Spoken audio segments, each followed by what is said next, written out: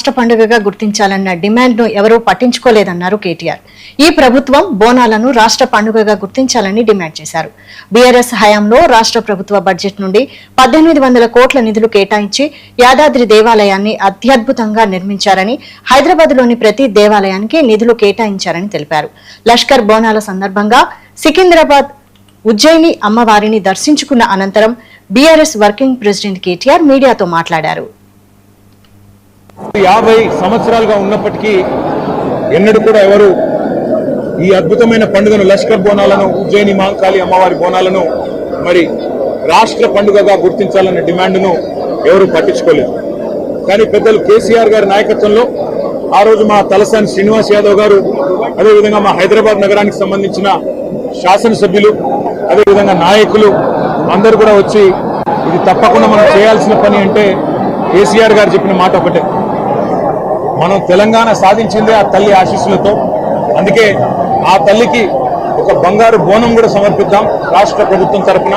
దాంతోపాటు అత్యద్భుతంగా అధికారిక లాంఛనాలతో అధికారికంగానే మొత్తంగా మరి రాష్ట్ర పండుగగా ఈ కార్యక్రమాన్ని చేస్తామని చెప్పాము, చేసి చూపెట్టాము.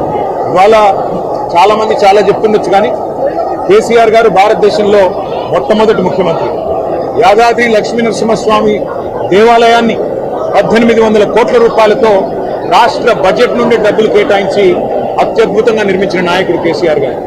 అట్లాగే హైదరాబాద్లోని ప్రతి గుడికి మా శ్రీనివాస్ యాదవ్ గారి నేతృత్వంలో ఆ రోజు రాష్ట్ర ప్రభుత్వం నుండి 25 కోట్ల రూపాయలు విడుదల చేసి ప్రతి గుడిలో ఉండే ప్రతి ఉత్సవ కమిటీకి, ప్రతి ఆలయ కమిటీకి డబ్బులు ఇచ్చి వారు ఎవరి దగ్గర చందా వసూలు చేసే అవసరం లేకుండా అద్భుతంగా ఆలయాల నిర్వహణ కానీ, పండుగల నిర్వహణ కానీ భక్తి ప్రపత్తులతో పూర్తి స్థాయి మరి ఒక దైవ సంకల్పంతో జరగాలన్న ప్రయత్నం చేసింది కేసీఆర్ గారు.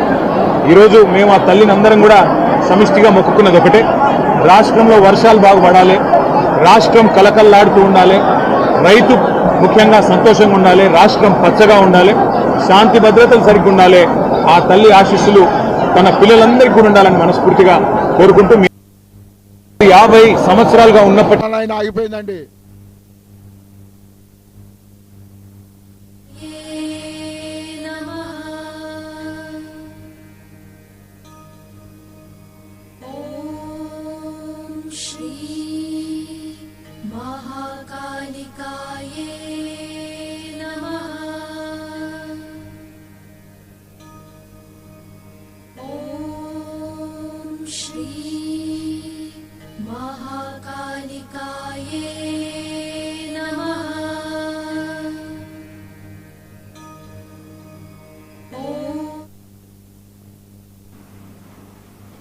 సికింద్రాబాద్